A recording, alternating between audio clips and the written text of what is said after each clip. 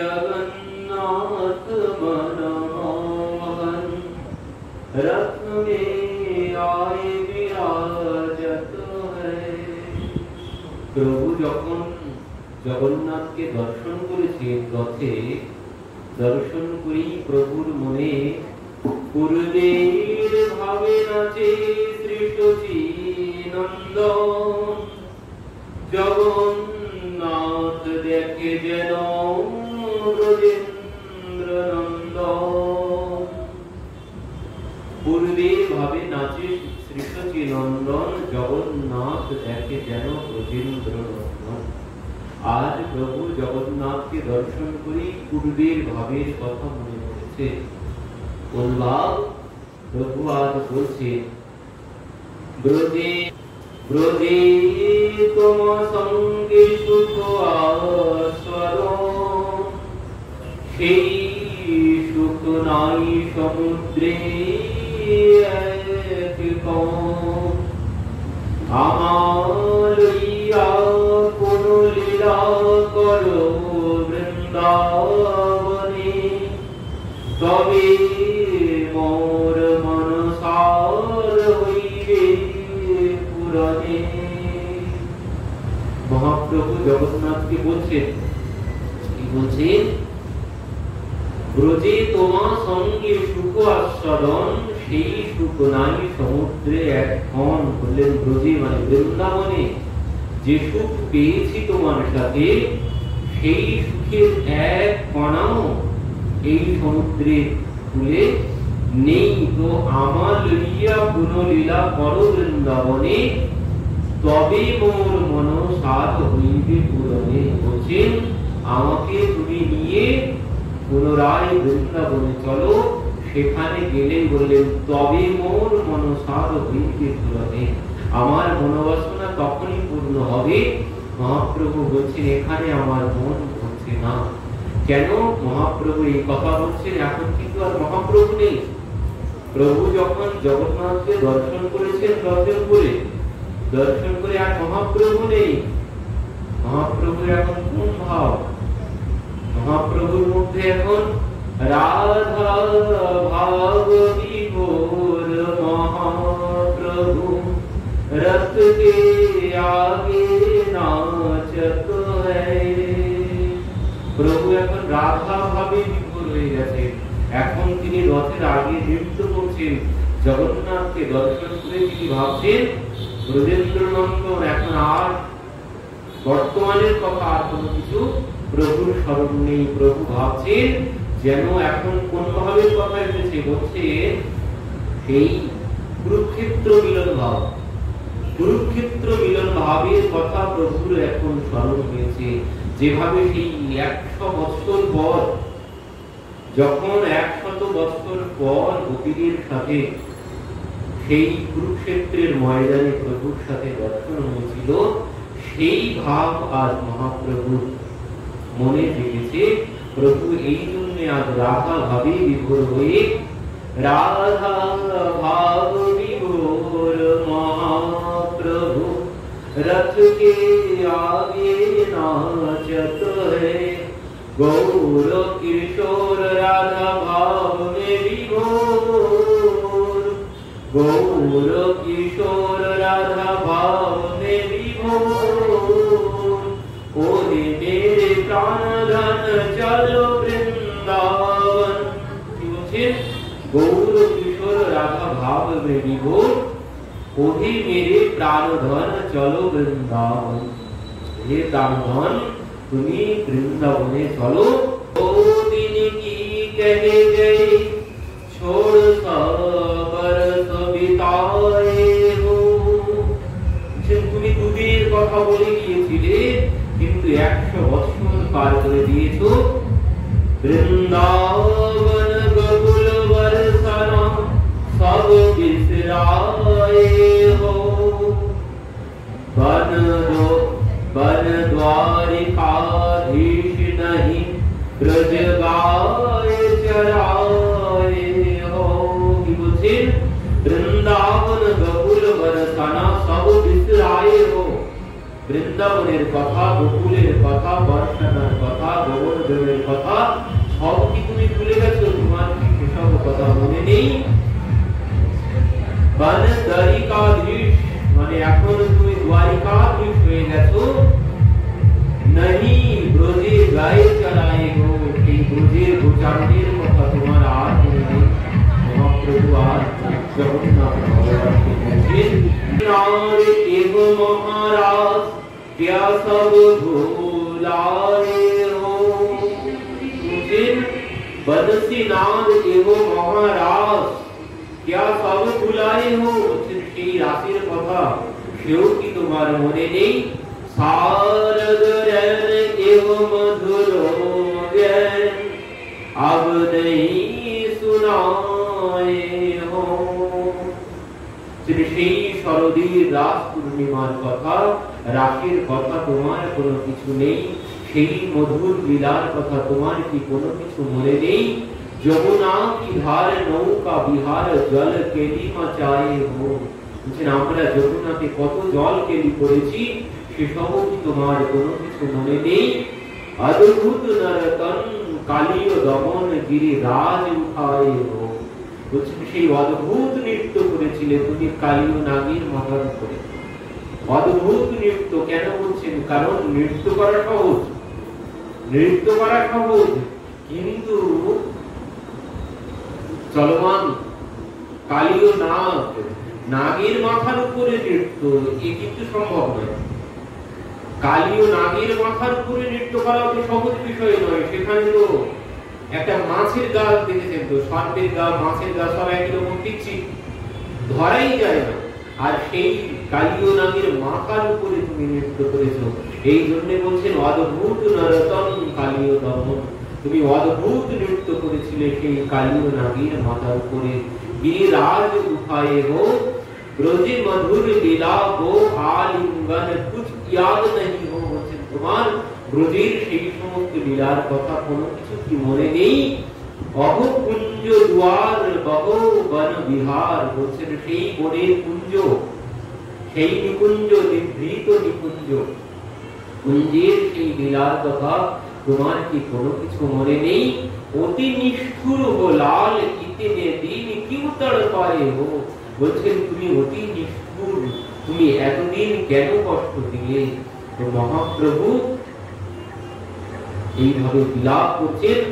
আব নেহি ছোড়ো নাথ রাখু হৃদয়ে বিছায়ে হো। বলছেন হে নাথ, তোমাকে যখন একবার পেয়েছি আর তোমাকে ছাড়বো না। তো মহাপ্রভু এইভাবে নৃত্য করছেন। কুরুক্ষেত্র মিলন ভাব হৃদয়ে উঠিল, গোপী ভাবে গৌর হরি নাচিতে লাগিল। সেই তুমি সেই আমি সে নব সঙ্গম, তথাপি আমার মন হরে বৃন্দাবন। শোনো হে পরাণ বন্ধু মোর নিবেদন, বৃন্দাবন চলো যাই কমল লোচন। মহাপ্রভু এইভাবে জগন্নাথকে নিবেদন করছেন, শোনো হে পরাণ বন্ধু মোর নিবেদন, বৃন্দাবন চলো যাই কমল লোচন। বলছেন চলো বৃন্দাবনে চলে যাই। আমালইয়া কোন লীলা করো বৃন্দাবনে, তবে মোর মন সাধ হইবে তো পূরণে।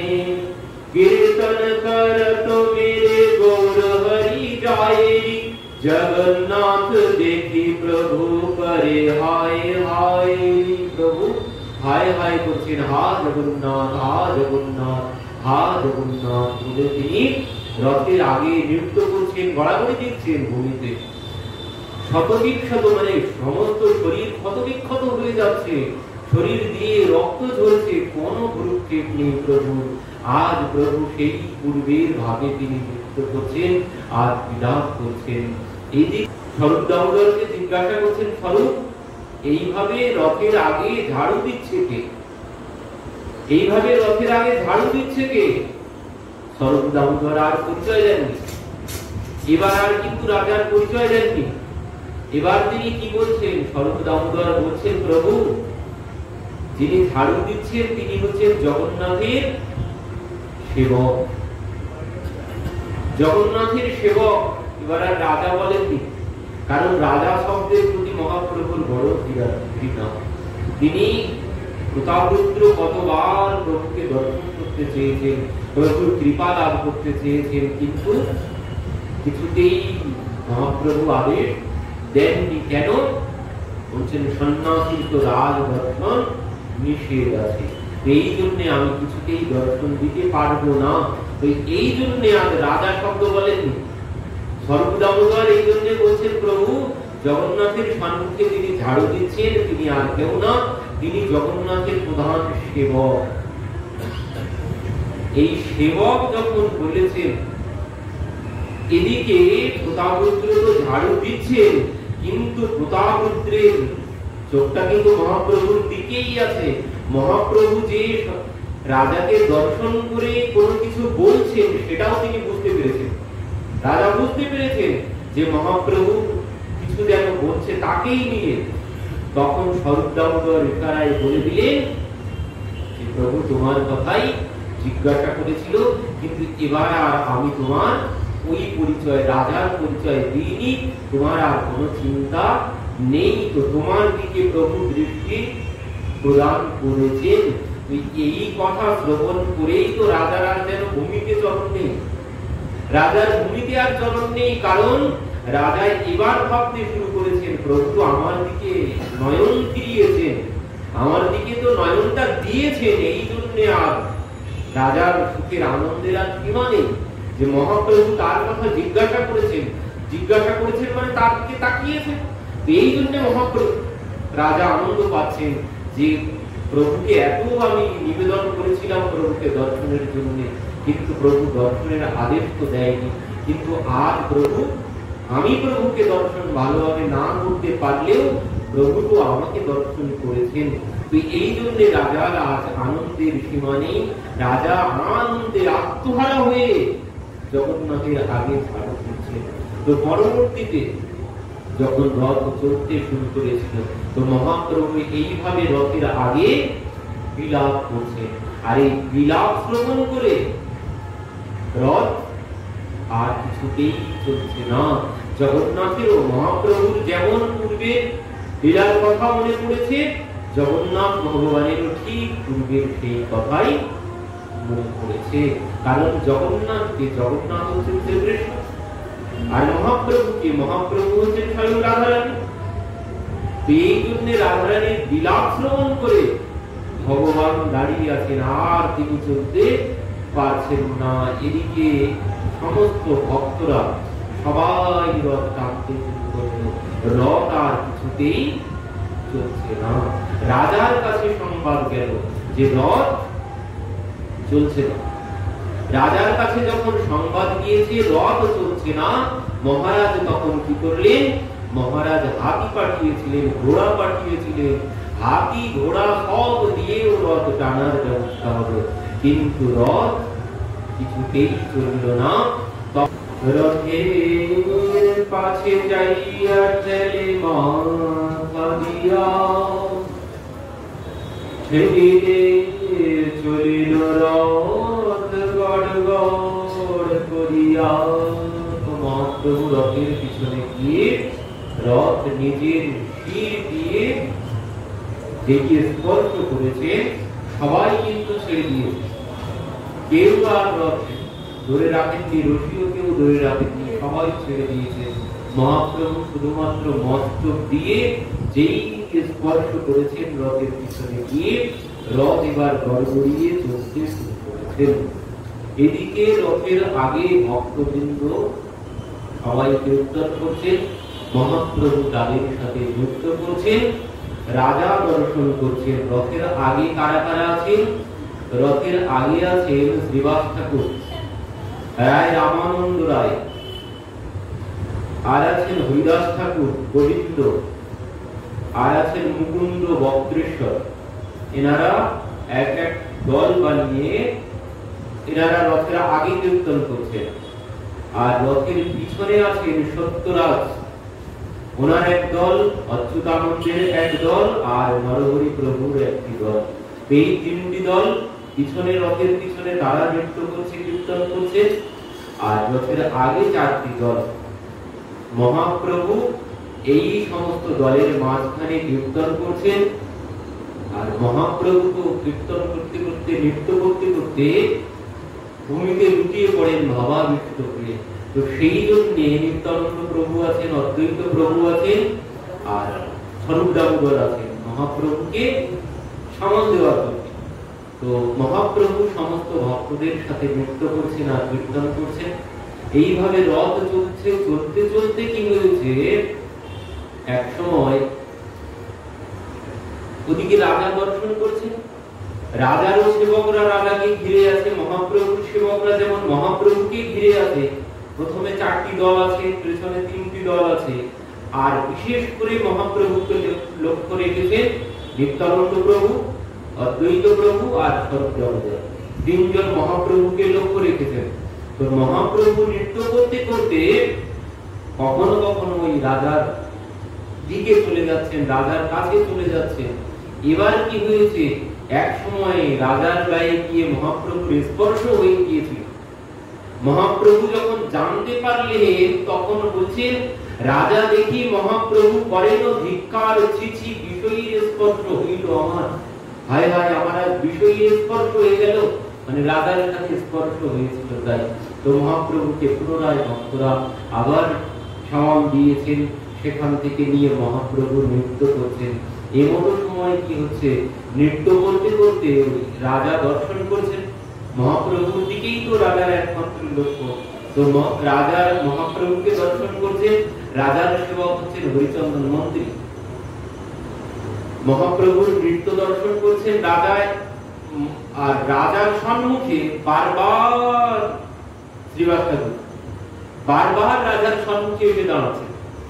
রাজার দেখতে অসুবিধা হচ্ছে। রাজা যখন সবাই আসছে, সবাইকে সরিয়ে দিতে বলছে, হরিচন্দন মন্ত্রী সবাইকে সরিয়ে দিচ্ছে। এবার যখন ওই শ্রীবাস ঠাকুর রাজার সম্মুখে এসে যাচ্ছে বারবার নাচতে নাচতে, আর মহাপ্রভু চলে আসছেন, ওই যে একবার মহাপ্রভুর সাথে রাজার স্পর্শ হয়ে গেছে, এই জন্য মহাপ্রভু চিঠি করে ধিক্কার দিয়েছেন।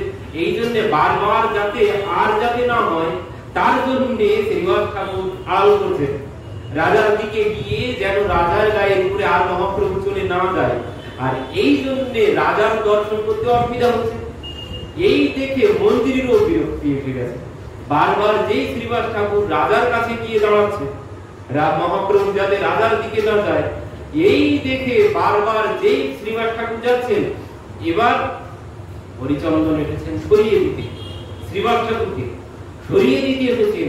আর যেই সরিয়ে দিতে এসেছেন, শ্রীবাস ঠাকুর দিয়েছেন এক চড় হরিচন্দনকে। আর যেই চড় দিয়েছেন, হরিচন্দন মন্ত্রী রাজার মন্ত্রীকে চড় মেরেছেন। সঙ্গে সঙ্গে মন্ত্রীও চড় দিতে যাবেন, এমন সময় রাজা বলছেন, রাখো রাখো রাখো রাখো, কি করছো? তুমি জানো তুমি কাকে চড় মারতে যাচ্ছ? তুমি জানো কে তোমাকে চড় মেরেছে? কে চড় মেরেছে? আরে কে চড় মেরেছে মানে ওই চড়টা কেন আমার গালে পড়লো না? ওই চড়টা কেন আমার গালে পড়লো না? রাজা বলছে। এমন দীনতা এসেছে রাজার মধ্যে। হরিচন্দনকে শ্রীবাস ঠাকুর চড় মেরেছেন, রাজা বলছে ওই চড়টা কেন আমার গালে লাগলো না? জানো তোমার আজ যে চড় মেরেছে, এই চড় যে কেউ তোমাকে মারেনি, এই চড় যদি আজ আমার গালে লাগতো তাহলে আমার জীবন ধন্য হয়ে যেত। তোমার যে স্পর্শ তুমি পেয়েছো, এই স্পর্শে তোমাকে আর কালের চড় খেতে হবে না। এই স্পর্শের জন্য কালের হাতে তোমাকে আর চড় খেতে হবে না। তুমি যার হাতে আজ চড় খেয়েছো। হরিচন্দন মন্ত্রী বলছেন, কে মহারাজ? তিনি ইনি আর কেউ না, যার অঙ্গনে মহাপ্রভু নৃত্য কীর্তন করতেন, সেই শ্রীবাস ঠাকুর স্বয়ং তোমাকে চড় মেরেছে। তোমার জীবন ধন্য হয়ে গেছে।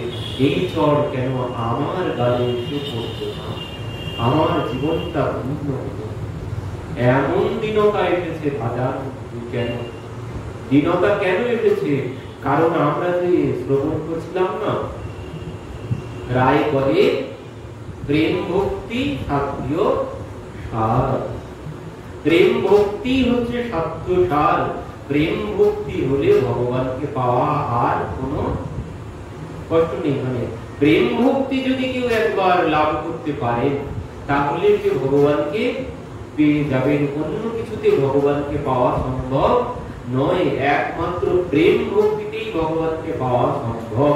তো মহাপ্রভু যে কথা বলেছিলেন যে তৃণাদপি শুনিছেন তদরীব সহিষ্ণুনা অমানিন মানদেন কীর্তনীয় সদা। বলছেন ওই তৃণের থেকে নিচু হতে হবে, তৃণের থেকে নিচু হতে হবে। আর যাকে কেউ মান দেয় না তাকে মান দিতে হবে, আর নিজের মানের আশা পরিত্যাগ করতে হবে। ভক্তের কোনদিন কারোর কাছে সম্মানের আশা রাখলে চলবে না।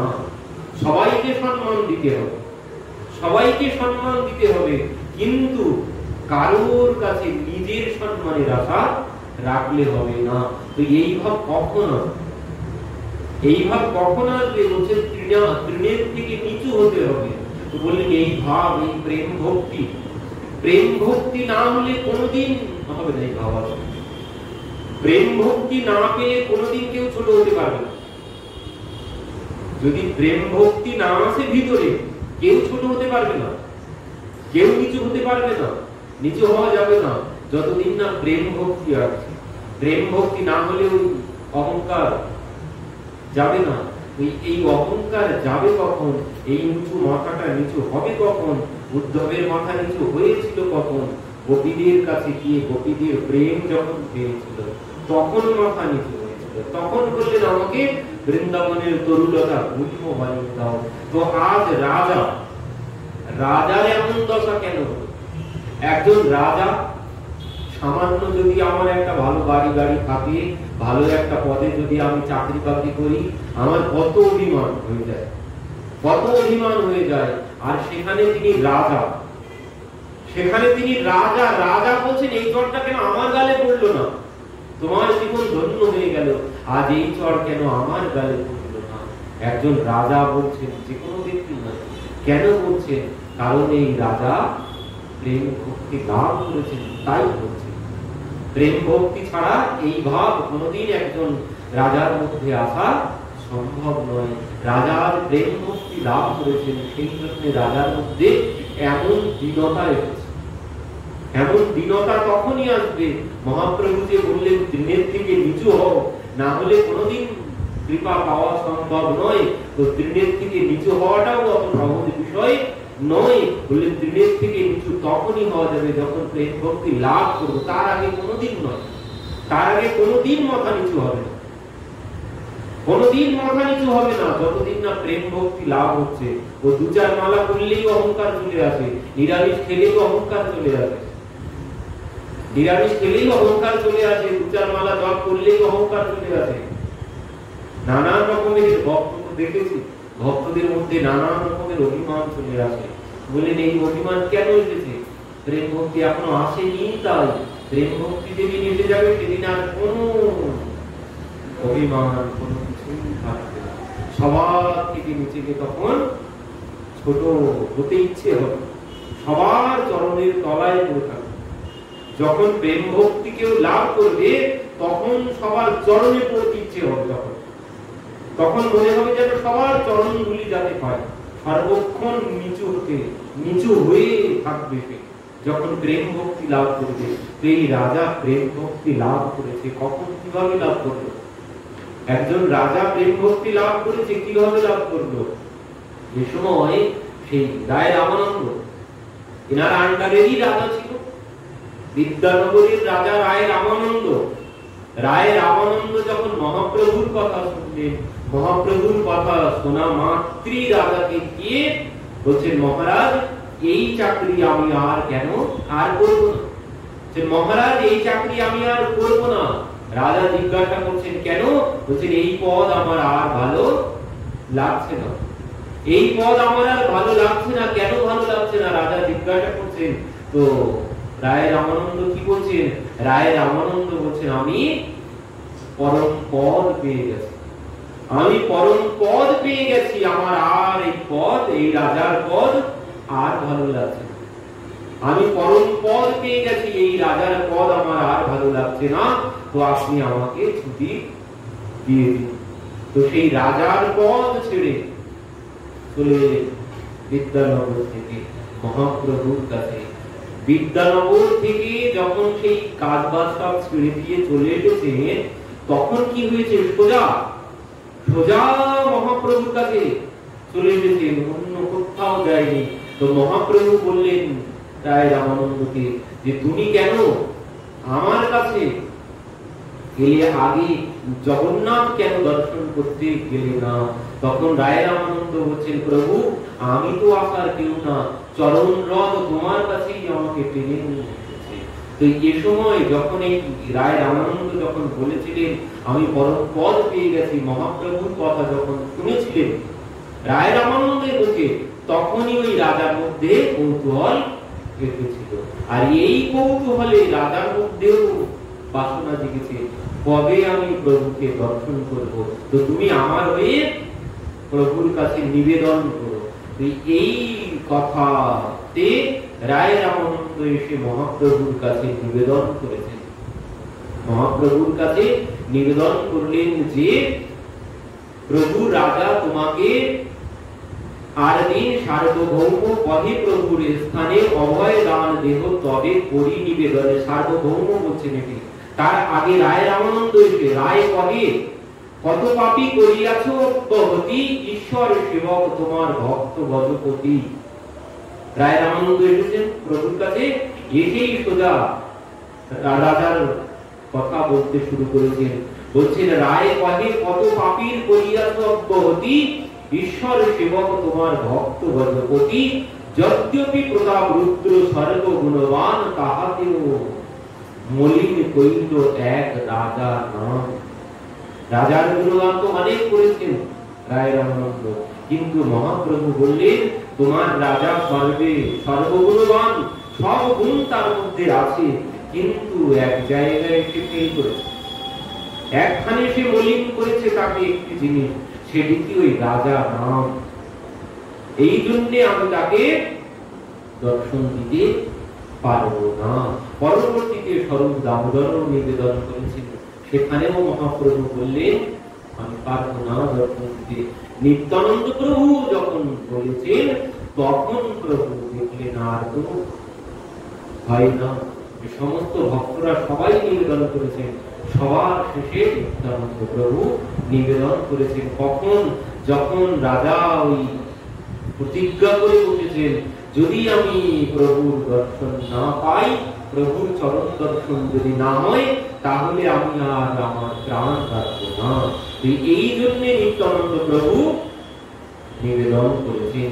তখন নিত্যানন্দ প্রভুর নিবেদনে তখন প্রভু বললেন ঠিক আছে শোনো, রাজা আর রাজার পুত্রের মধ্যে কোনো ভেদ, পিতার পুত্রের মধ্যে কোনো ভেদ থাকে না, মানে পিতাই পুত্র রূপে আসে। মহাপ্রভু বললেন আত্মবৈ জায়তে পুত্র, মানে পুত্র আর পিতার মধ্যে কোনো ভেদ নেই, পুত্রই পিতার রূপে আসে, পিতার পুত্রের মধ্যে কোনো ভেদ নেই, পিতাই পুত্র রূপে আসে। তো পুত্রকে আমি দর্শন দিতে পারবো, তো আমাকে তার পুত্রকে আমার সম্মুখে নিয়ে এসো, কারণ পুত্র তো রাজা না, রাজ দর্শন সন্ন্যাসী নিষেধ, তো তার পুত্রকে তুমি নিয়ে এসো, আমি তাকে দর্শন দেব। তো এই জন্যে তার পুত্রকে রাজাকে সংবাদ দেওয়া হলো, মহাপ্রভু এই আদেশ দিয়েছেন, এই আদেশ মতো রাজপুত্রকে আনা হলো। সুন্দর রাজপুত্র শ্যামল বরণ, কৈশোর বয়স দীর্ঘ চপল নয়ন। রাজার পুত্রের পীতাম্বর ধরে অঙ্গে রত্ন আভরণ, কৃষ্ণ কৃষ্ণ স্মরে তরে হইলা কোন, তারে দেখি মহাপ্রভুর কৃষ্ণ স্মৃতি হইলা, প্রেমাবেশে তারে মিলি কহিতে লাগিলা। রাজপুত্র আর পীতাম্বর ধরি অঙ্গে রত্নে আভরণ, রত্ন সজ্জিত আছেন আর পীতাম্বর ধারণ করেছেন, কৃষ্ণ কৃষ্ণ নাম করতে করতে রাজার পুত্র আজ মহাপ্রভুর সম্মুখে এসে দাঁড়িয়েছেন। তাই দেখি মহাপ্রভুর কৃষ্ণ স্মৃতি হইল, প্রেমাবেশে তারে মিলে কহিতে লাগিলা, কৃতার্থ হইলাম আমি ইহার দর্শনে, এত বলি পুনঃ তারে হইল আলিঙ্গনে। মহাপ্রভু তাকে আলিঙ্গন করলেন, বললেন কৃতার্থ হইলাম আমি ইহার দর্শনে, এত বলি পুনঃ তারে হইল আলিঙ্গনে। মহাপ্রভু যখন রাজপুত্র দর্শন করেছেন, মহাপ্রভু রাজপুত্র দর্শন করেছেন, ওই যে পীতাম্বর ধারণ করে এসেছেন, তার সোনার অলঙ্কার পরিহিত, এই দর্শন করেই ভগবান ভাবতে শুরু করেছেন। রাজপুত্র তিনি দেখতে পাচ্ছেন না, তিনি যেন দেখছেন সেই দ্বারিকাধীশ ভগবান নন্দ নন্দন এসে সম্মুখে দাঁড়িয়েছেন। এইভাবে গিয়ে মহাপ্রভু তাকে জড়িয়ে ধরেছেন, মহাপ্রভুর আলিঙ্গন পেয়েছেন। তো প্রভুর স্পর্শে রাজপুত্রের হইল প্রেমাবেশ, শ্বেত কম্প অশ্রু স্তম্ভ জগে আবেশ। মহাপ্রভুর সমস্ত ভাব ওই রাজপুত্রের মধ্যে চলে গেল। কৃষ্ণ কৃষ্ণ কহে নাচে করে রোদন, তার ভাগ্য দেখি শ্লাঘ্য করে ভক্তগণ। রাজপুত্রের এই ভাগ্য দেখে ভক্তগণ সবাই ঈর্ষা করছে, সবার ভক্ত হচ্ছে, মানে এই লাভ কেন আমার হলো না। তো পরবর্তীতে বিদায় লইয়া রায় আইলা রাজপুত্র লইয়া, রাজসুখ পাইলা পুত্রের চেষ্টা দেখিয়া। তো সেই রায় রামানন্দ পুত্রকে নিয়ে রাজার কাছে এসেছেন। রাজার কাছে যখন এসেছেন, মহাপ্রভু উত্তরীয় দিয়েছিলেন, উত্তরীয় নিজের উত্তরীয় রাজপুত্রের গলায় পরিয়ে দিয়েছিলেন। এবার পুত্র আলিঙ্গন করি প্রেমাবিষ্ট হইলা, সাক্ষাৎ পরশ যেন মহাপ্রভুর পাইলা। পুত্রকে যখন এবার পিতা দিয়ে জড়িয়ে ধরেছেন, ওই মহাপ্রভুর প্রেম পুত্রের মধ্যে ছিল, ওই প্রেম এবার পিতা পেয়ে গেছেন। এই জন্য রাজা এত ছোট হতে পেরেছেন, না হলে রাজা কোনোদিন ছোট হতে পারেন না। কারণ প্রেম ভক্তি না হলে কোনোদিন কেউ ছোট হতে পারে না। প্রেম ভক্তি ছাড়া কোনোদিন মাথা নিচু হবে না। তাই যতই নাম করি আর যতই কিছু করি না, যতদিন না প্রেম ভক্তি লাভ হচ্ছে, ততদিন ওই নিজের অভিমান যাচ্ছে না। তো রাজার আজ কোনো অভিমান নেই, আজ মহাপ্রভুর প্রেম পেয়ে গেছে। এই যে মহাপ্রভুর উত্তরীয়, এতদিন তো রাজা স্বাভাবিক ছিল, কিন্তু এই যে মহাপ্রভুর স্পর্শ পুত্রের মাধ্যমে পেয়েছেন, রাজা আর স্থির থাকতে পারছেন না। রাজা এবার প্রতিজ্ঞা করে নিয়েছেন, মহাপ্রভুকে না পেলে আমি প্রাণ ত্যাগ করব। আর তিনি থাকতে পারছেন না, কারণ প্রেম লাভ করেছেন। আর প্রেম লাভের পর যখন এমন অবস্থা হবে, প্রেম লাভের পর যখন এমন ব্যাকুলতা আসবে, রাজা আর দিন কাটছে না। ওই যে রামকৃষ্ণ বলেছিলেন, বিবেকানন্দকে ঠাকুর বলছেন, বিবেকানন্দ বলছেন, ঠাকুর ভগবান দর্শন তুমি কি পেয়েছো? তুমি কি ভগবানকে দর্শন করেছো? আমাকে দর্শন করাতে হবে। তখন বললেন, তুই দর্শন করবি? তো এই নিয়ে কি করেছিল? জলের মধ্যে চেপে ধরেছিল। এবার যেই ছটফট করছে, কিছুক্ষণ পরে লাভ দিয়ে উঠেছিলেন, হায় হায় ঠাকুর, তুমি আমাকে কি মেরে ফেলতে চাইছিলে এইভাবে চেপে ধরে? তখন কি বললেন? তুই না ভগবান দর্শন করতে চাইলি, তুই ভগবান দর্শন করতে চাইছিলি না? তো ভগবান দর্শন করতে গেলে এমন ব্যাকুলতা যখন আসবে, তখনই ভগবান দর্শন করা যাবে। তার আগে নয়। তো রাজার মধ্যে ওই ব্যাকুলতা এসেছে, রাজা আর প্রাণ ধারণ করতে পারছেন না। মহাপ্রভুর ওই স্পর্শ লাভ করে আর মহাপ্রভুর উত্তরীয় পেয়ে, আর সেই উত্তরীয় কিন্তু আজও আছে, আজও গুছিয়ে রাখা আছে। আজও সেই রাজমহলে মহাপ্রভুর সেই উত্তরীয় আজও গোছানো আছে।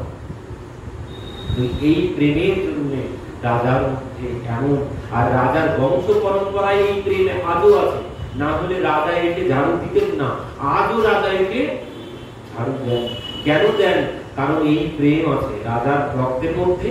ওই বলেছি না, পিতাই পুত্র রূপে আছে, পিতাই পুত্র রূপে আছে। ওই জন্য ওই প্রেম তাদের বংশগত ভাবে চলে আসছে। এই জন্য আজও সেই রাজা জগন্নাথের সম্মুখে এসে ঝাড়ু দেন। পরপর যিনি রাজা হচ্ছেন, পরপর সবাই এইভাবে ঝাড়ু দেন। কেন? কারণ ওই রক্তের মধ্যে ওই প্রেম আজও আছে। তো মহাপ্রভু নৃত্য করছেন, হরিচন্দন রাজাকে সামলাচ্ছেন, শ্রীবাস ঠাকুর সেই চড় মেরেছেন, রাজা বলছেন, কেন এই চর আমার গালে পড়লো না, তোর জীবন ধন্য হয়ে গেল। তো এইভাবে মহাপ্রভু কীর্তন করতে করতে চলেছেন রথের আগে, আর রাজার দৃষ্টি শুধুমাত্র ওই মহাপ্রভুর দিকে, অন্য কোনো দিকে রাজার আর কোনো লক্ষ্য নেই। তো এইভাবে চলতে চলতে রথ কিছু কিছু জায়গায় আবার রথ এসে দাঁড়িয়ে যায়। তো রাজার এই ব্যাকুলতা দেব সার্বভৌম ভট্টাচার্য বলেছিলেন যে দেখো, তোমার কোনো চিন্তা নেই, তুমি কোনো চিন্তা করো না। ভট্টাচার্য কহে, দেব না করো বিষাদ, তোমার উপর প্রভুর হবে অবশ্য প্রসাদ। তুমি চিন্তা করো না, প্রভুর কৃপা তুমি অবশ্যম্ভাবে পাবে। বলে দিয়েছিলেন ওই রথের সময়, প্রভুর কৃপা তুমি পাবে, সার্বভৌম ভট্টাচার্য বলেছিলেন। এই আশাতে রাজা চলেছেন।